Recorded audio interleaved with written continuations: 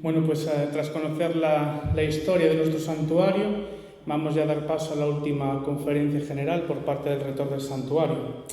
Don Desiré Coacutanot es natural de Costa de Marfil.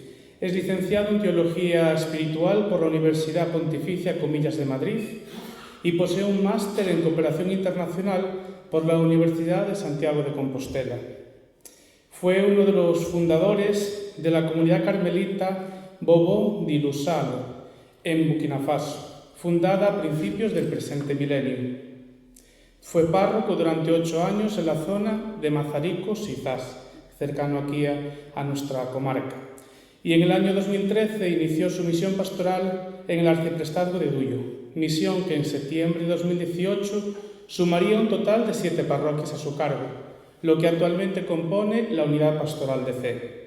Es capellán a la vez del Hospital Comarcal Virgen da Xunqueira, que se encuentra aquí cerca de esta Casa de la Cultura. Y desde el noviembre del año 2017 es miembro también de la Fundación Fernando Blanco de Lema. A mayores de su labor pastoral, es fundador y presidente de la Asociación de Cooperación Internacional Egueire, que hace proyectos de desarrollo en su país natal, Costa de Marfil. Pues tras hablar sobre ver la historia del santuario, ahora de manos del rector, los ecos de una coronación.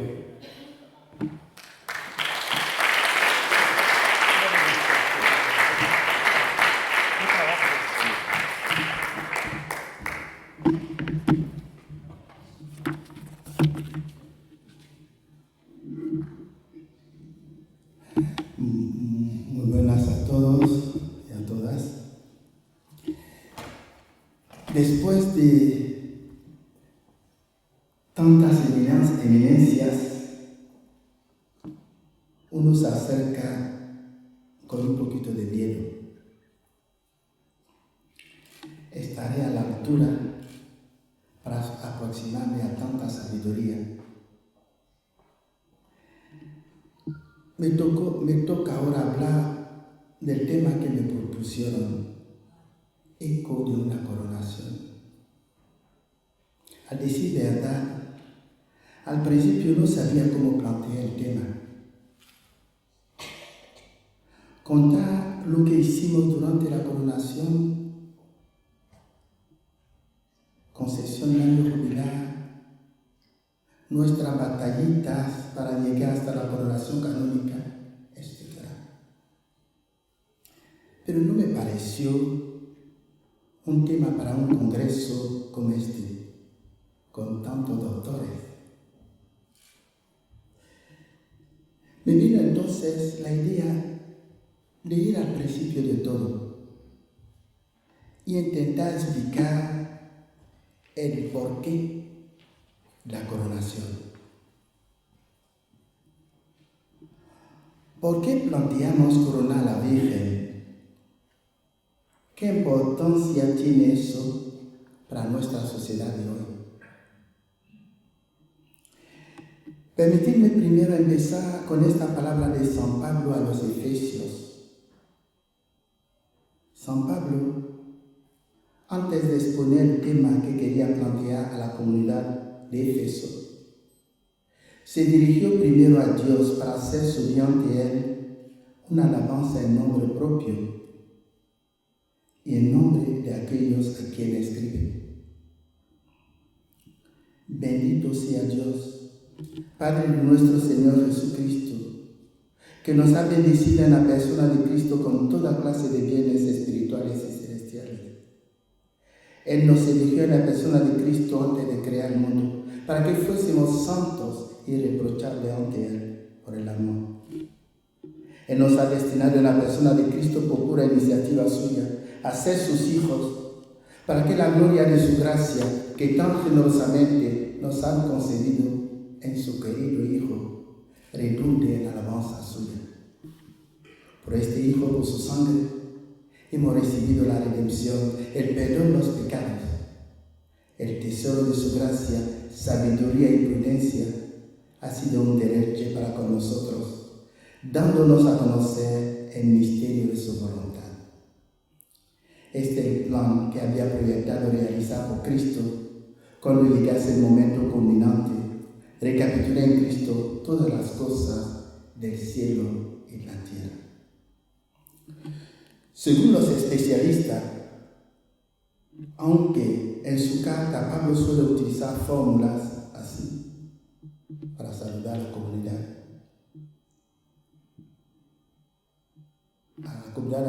a las que escribe, aquí no se trata de un simple saludo, sino el recuerdo, lo que brota del corazón de Dios por medio de Jesucristo y de su obra. La obra de Dios se realizó también en María. Como dice el mismo Pablo en Gálatas 4:5. Al llegar a la plenitud de los tiempos, Dios envió a su Hijo, nacido de mujer, nacido bajo la ley, para rescatar a los que se hallaban bajo la ley, para que recibieran la filiación adoptiva. Ok, todo está bien. Pero ¿por qué decidiste coronar a la Virgen?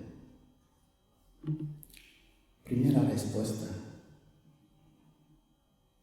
Porque queríamos hablar de Dios a los hombres y a las mujeres de nuestra comarca y de todas las personas de buena voluntad. Queríamos decirles lo que Dios hace y es capaz de hacer por cada uno de nosotros. En una coronación es posible que en primer momento, quedemos en la pomposidad del hecho. Buena celebración, una buena corona, etc.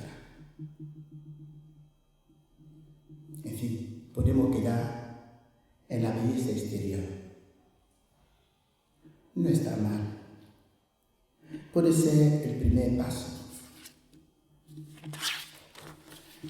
Pero creo que debemos ir un poco más lejos, si no nos quedaremos con una mirada corta.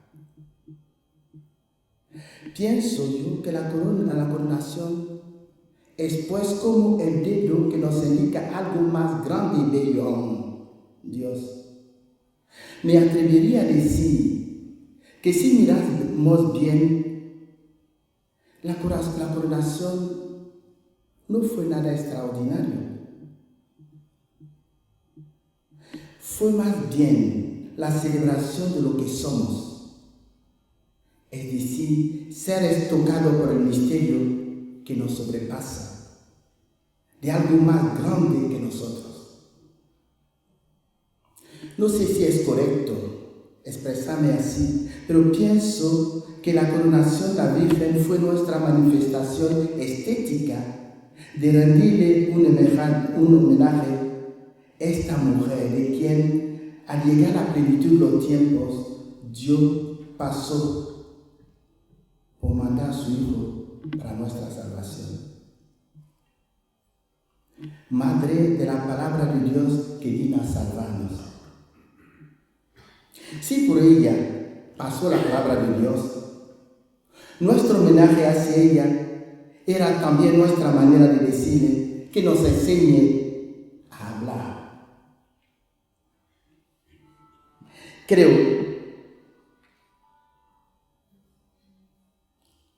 que estamos viviendo una verdadera crisis de la palabra. Hoy la palabra está arruinada, comida. Se ha quedado única y simplemente como un instrumento de comunicación. Hablamos sin tener un momento de recogimiento, de meditación, de reflexión en la palabra mayúscula. Todo eso lo tomo con humildad. Vosotros sabéis que lo que vivimos hoy no es una crisis de fe, en el sentido de la fe, del sentido del don de la fe. porque Dios no falla en sus dones, sino el problema se sitúa a nivel de la recepción de este don.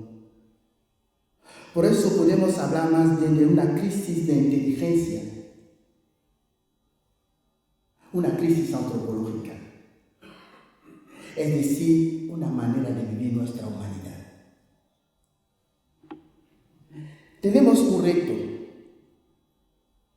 y es reconocer que hay un misterio en la palabra misma, hay un misterio en nuestra presencia en el mundo, y que toda palabra, porque está siempre recibida y dirigida, enviada, formulada, llama siempre las cosas.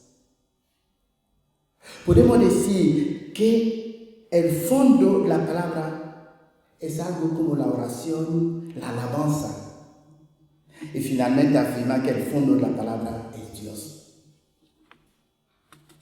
Yo no sé si habéis leído, conocéis a Fabrice Hallard, es un francés filósofo que a mí me gusta mucho. Y algunas de estas ideas cogí en los libros que leí de él. La segunda idea que está detrás de la coronación va en el mismo sentido que acabo de decir ahora. Pero digo el nombre, el sentido de la coronación era el deseo de la evangelización. La nueva evangelización, que a fuerza de hablar de ella, me parece que se ha transformado en un eslogan. No soy especialista en este tema, no soy especialista en ningún tema, pero por eso acudí al que la Iglesia proclama patrón de las misiones. ¿Y quién es el patrón de las misiones? Susi, ¿quién es el patrón de las misiones? San Francisco Javier, patrón de la misión, el gran patrón. Encontré en una de sus cartas que él escribió a San Ignacio de Loyola, en el tomo 1 de la liturgia, en el oficio de lectura, el día 3 de diciembre, precisamente en la fiesta de San Francisco, patrón de la misión. Yo lo cogí en la versión francesa, no sé si en el oficio de la lectura español es lo mismo, pero cogí y encontré, os sitúo un poco. San Francisco Javier estaba en el sur de la India, precisamente en la región de Kerala, en medio de pescadores de perlas que fueron vagamente evangelizados. Parece ser uno franciscano. Pero cuando llegó Francisco Javier, no había nadie. El pobre se encuentra con esta comunidad que se afirma cristiana, pero no tenía mucho conocimiento sobre la fe. Lo único que estas personas sabían es que eran cristianos y nada más. No sabían cómo era la vida cristiana y cómo vivirla. Para situarnos, leo la carta. Fuimos a un pueblo de neófitos, bautizado hace pocos años. Esta región estaba habitada en absoluto por los portugueses, ya que es muy estéril y pobre. Los cristianos indígenas, privados de sacerdotes, no saben nada, salvo que son cristianos. No hay nadie para celebrarle los sacramentos, nadie para enseñar el símbolo del Pater, del Ave María, el mandamiento de Dios. Desde que vine aquí, no he parado. Recorrí activamente las aldeas, bautizaba a todos los niños que aún no lo habían sido. Por eso, he regenerado un gran número de bebés que, como se dice, no sabía distinguir su derecha de la izquierda. En cuanto a los niños, no me dejaban recitar el oficio divino, ni comer ni descansar hasta que hubiera enseñado la oración. Les hubiera enseñado una oración. Entonces comencé a comprender que el reino de los cielos pertenece a aquellos que se parecen a ellos. Por eso, ¿cómo no podía rechazar una petición tan piadosa? Comenzando por la confesión de la fe al Padre, al Hijo y al Espíritu, les inculqué el símbolo de los apóstoles, el Pater Nuestro, el Ave María. He notado que son muy dotados. Si hubiera alguien que le formara en la fe cristiana, estoy seguro que llegarían a ser buenos cristianos. En este país mucha gente no es cristiana, solo porque no hay nadie hoy para convertir al cristianismo. Muchas veces he tenido la idea de recorrer todas las universidades de Europa. En primer lugar, la de París, para gritar con toda mi fuerza como un loco y empujar a los que tienen más doctrina que caridad, diciéndole: hay cuantas almas excluidas del cielo por vuestra culpa se lanzan al infierno. No sé, quería comentar eso, pero lo comentaré después si me da tiempo. Muchos de ellos, como vino por este pensamiento, ayudados por la meditación de la cosa divina, se entrenarían a escuchar lo que el Señor dice a ellos, y rechazando sus ambiciones y sus asuntos humanos, sometería por entero definitivamente a la voluntad y al decreto de Dios. Sí, gritarían desde el fondo del corazón: Señor, aquí estoy. ¿Qué quieres que haga? Envíame donde quieras, incluso a las Indias. Hoy en Europa hay más lejos que India. Se ve. En esta carta hay muchas cosas, pero he sacado 3 ideas que podrían ayudarnos en nuestra reflexión. La primera idea es lo que dice San Francisco Javier. Los cristianos indígenas, privados de sacerdotes, no saben nada salvo que son cristianos.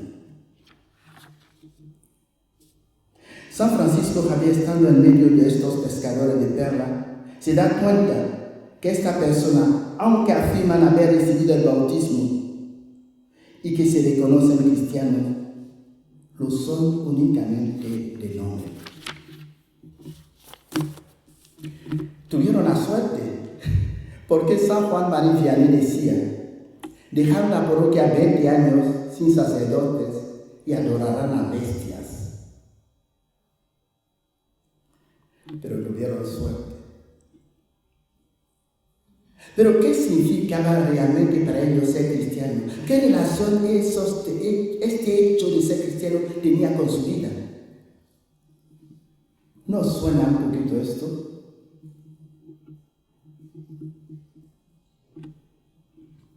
Lo sé muy bien. ¿Pero qué porcentaje habrá de bautizado en España? Muchos se consideran cristianos.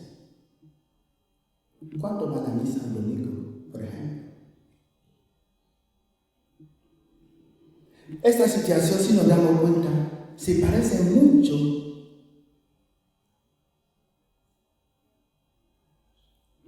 a los que de muchas personas que viven aquí en los países evangelizados hace más de 2000 años.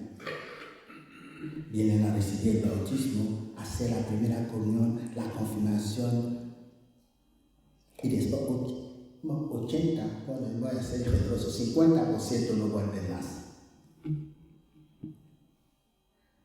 Para muchos son simples ritos, hacer la primera comunión, la confirmación y punto.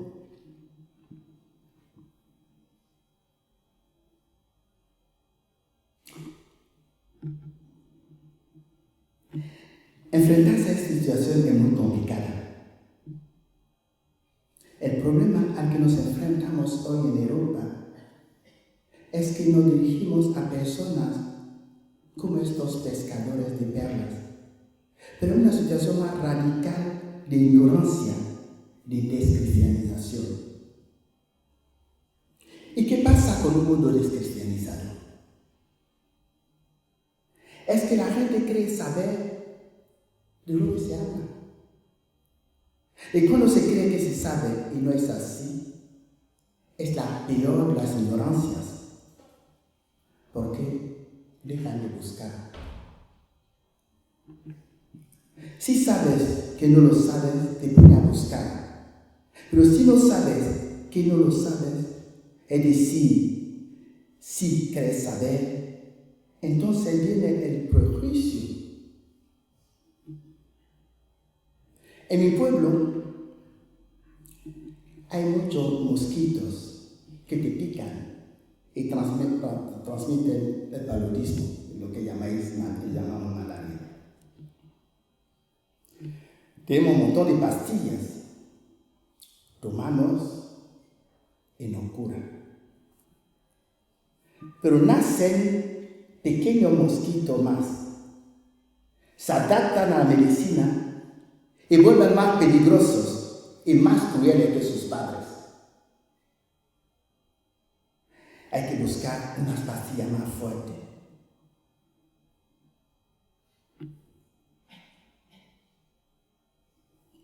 No hace falta dar explicaciones, vemos en nuestra sociedad. Los que han tenido son de padres cristianos, que han vivido en este ambiente y ya se han descristianizado. Son peores que sus padres, más críticos, más duros. Porque además están formados intelectualmente, entonces creen que saben todo. ¿Qué le puede decir? Abren la boca y ya ponen todo un sistema en su cabeza, en su razonamiento y dicen todo. Y además, alguien decía que con todo lo que los escándalos ahora dentro de la iglesia, antes había escándalos, pero la comunidad cristiana de una cierta forma arropaba, ahora no, porque los niños, los nietos son peores que sus padres. Entonces no hay comunidad alrededor para apoyar, sostener con su oración, con su fe, todo el problema de la iglesia. En el caso de los pescadores de perlas, Francisco dice que se puede hacer algo y que hay esperanza. Escribe: si hubiera alguien que le formase en la fe cristiana, seguro que llegarían a ser buenos cristianos. Por eso hay una urgencia. Es el tema de la JMJ. María se puso de camino a prisa. Y dice: muchas veces he tenido la idea de recorrer todas las universidades de Europa. Y en primer lugar la de París, para gritar por toda parte como un loco y empujar a los que tienen más doctrina que caridad, diciéndoles: ¡ay, cuántas almas excluidas del cielo por vuestra culpa se lanzan en el infierno! Lo que va a fundamentar esta urgencia es la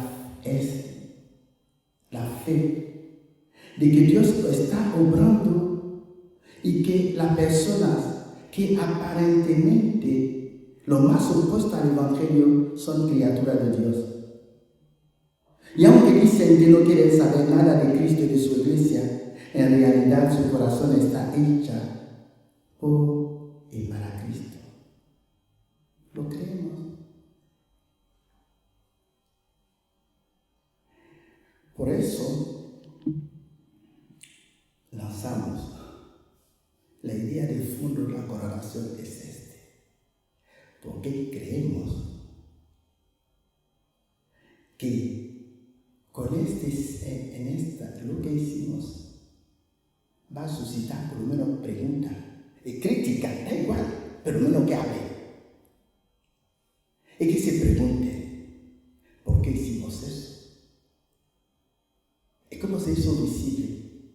Quizás que con el amor a la Virgen, un paso, no sabemos, acabamos de empezar, pero la idea de fondo es esto.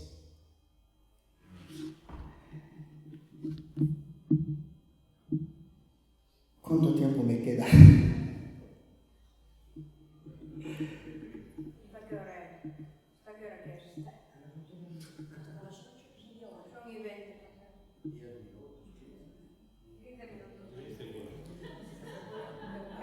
¿En algún momento? ¿Qué? ¿Se puede preguntar algo en algún momento también? Sí. Sí, cuando termine. Como quiera.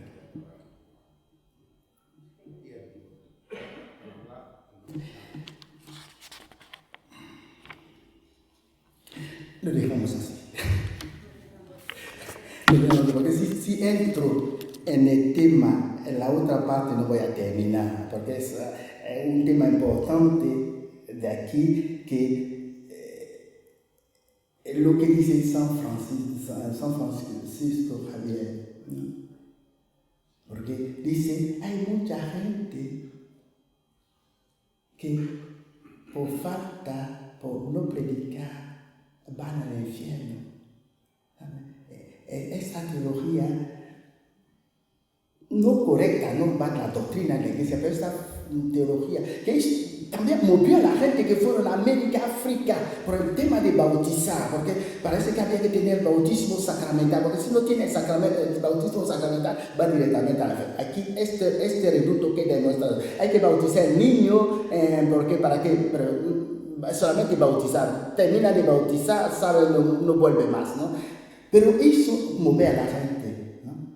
Pero si esta teología, que no era tan correcta, hizo que la gente se moviera, como ahora, como decimos, que no hace falta solamente el bautismo sacramental, porque Dios es el bautismo de deseo que decimos, es la teología correcta del bautismo de deseo. Entonces este bautismo de deseo ha hecho que también, en vez de movernos, nos hemos quedado con los brazos abiertos. Ahora decimos, cada uno tiene su idea, está bien, lo más importante es buena persona y ya está. Y hace que estamos parados, ¿no? Y eso hay que reflexionar. Gracias.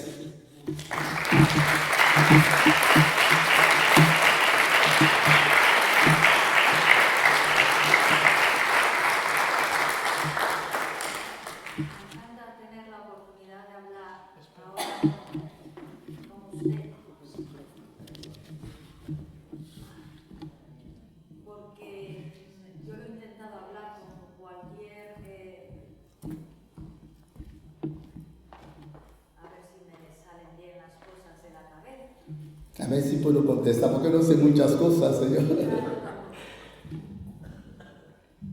Gracias. ¿Se oye bien ahora? Bueno, la cosa que me ha pasado a mí es muy curiosa, que yo lo veo así, porque dentro de estas jornadas muy interesantes veo que el lugar está muy vacío. Mi manera de sentirlo es que yo en el 2005, gracias al Camino de Santiago, me vino la luz a la cabeza. Entonces, realmente me pareció fabuloso que la idea que tenía iba a ser muy favorable. El Camino de Santiago, la peregrinación, me había dado la oportunidad de asentarme ahí y abrir una casa a donativo para toda la gente que pasaba. El asunto es que realmente mi práctica no se encuentra de alguna manera bien correcta, porque me han echado de varios lugares. Ahora estoy en mi casa, en Buchan, con las puertas abiertas, igualmente en el Camino de Santiago. Pero lo que me chocó mucho es haber alquilado el monasterio de San Martiño de Ozón, que está en el Camino de Santiago. Éramos 3 mujeres las que empezamos y lo restauramos para que pudiera ser abierto. realmente el lugar se llenó de gente, y de gente de todo tipo. Era como algo que se entiende muy lógico alrededor de la vida de Jesucristo. Se puede exponer y se puede contar todo el personal, todas las personas que se asentaron allá. La cosa es que yo era rica. Resulta que el dinero se me fue acabando, porque viviendo a donativo y con gente que allí se fue asentando, que no tenían tampoco dinero, pues acabó con el proyecto. Se consiguió fundar una cooperativa sin ánimo de lucro, que 2 años se tardó en que la cogieran con el sentido que tenía, la definición que tenía el lugar. Pero al final fue como recibir un rechazo de todas partes. La cosa curiosa es que para mí el mundo es mágico y milagroso, porque hay cosas que para mí marcan mucho el sentido del trabajo, como por ejemplo en el año 2013, que yo escribí al arzobispado pidiendo, haciendo petición de que nos dejara lugares, porque no cabíamos tanta gente en el monasterio, y realmente fue negada el sitio. En ese mismo año, meses después, que conseguí llevar a gente ciega, que es de la ONCE de La Coruña, a una misa que se hacía en el santuario de Muxía, pues como la cosa que seguía siendo rechazada seguía así, cayó un rayo el 25 de diciembre, el día de Navidad, en el santuario de Muxía. Y a mí me parece todo como muy claro, ¿no? Porque todo el mundo se empeñó en restaurar ese lugar. Yo tengo vídeos y fotos, y se hizo inmediatamente, mientras nuestro monasterio seguía cayendo. La cosa que pasó es que al final hubo que la cooperativa ponerla a dormir, porque el dinero ya no quedaba. Pasamos el monasterio a una asociación, y yo me tuve que ir a mi casa porque ya no me querían allí. Lo que pasó después es que se enfadaron los de la asociación y rompieron el estar ahí. Y ahora el monasterio está cerrado. Entonces no entiendo cómo las casas de la iglesia siguen cerradas y con barras y con llaves, porque yo me encuentro de la pandilla de Jesucristo, porque y haber vivido con toda la gente con la que he vivido, me encuentro muy hermana de Jesucristo. Entonces, ya que estoy aquí, esto es un milagro el poder emitirlo, porque, bueno, escribí al Papa en 2 ocasiones con certificado. He estado con el arzobispo de Santiago, con el arzobispo de Astorga, porque empecé mi proyecto en Astorga, en Foncebadón. Entonces, bueno, pues aquí estoy, es una ocasión más que tengo para expresarme. Me encantaría que las casas de la iglesia estuvieran abiertas, porque en la mía no caben más, y el año pasado me dio un tumor cerebral, porque seguía, ahora estoy un poco endeudada, pero seguía dándole dinero y del sitio a gente que no tiene nada, y ahora tengo un crédito. Cuando casi me explota la cabeza, me alegro de volver a estar, a seguir viva, pero con alegría, ya, porque estaba realmente triste y amargada y sintiéndome muy mal. Me alegro de que estés tú aquí disponible escuchando esto, para que por lo menos lo sepas. Gracias. ¿Tu época en San Martín de Ozón fue con Soraya? Sí, con Soraya y con Loreto. Loreto murió. Soraya acaba de estar en casa. Gracias. El tema de San Martín de Ozón pertenece a otro arciprestado, entonces no es tema que nos quiera involucrar al arciprestado de hoy. Gracias.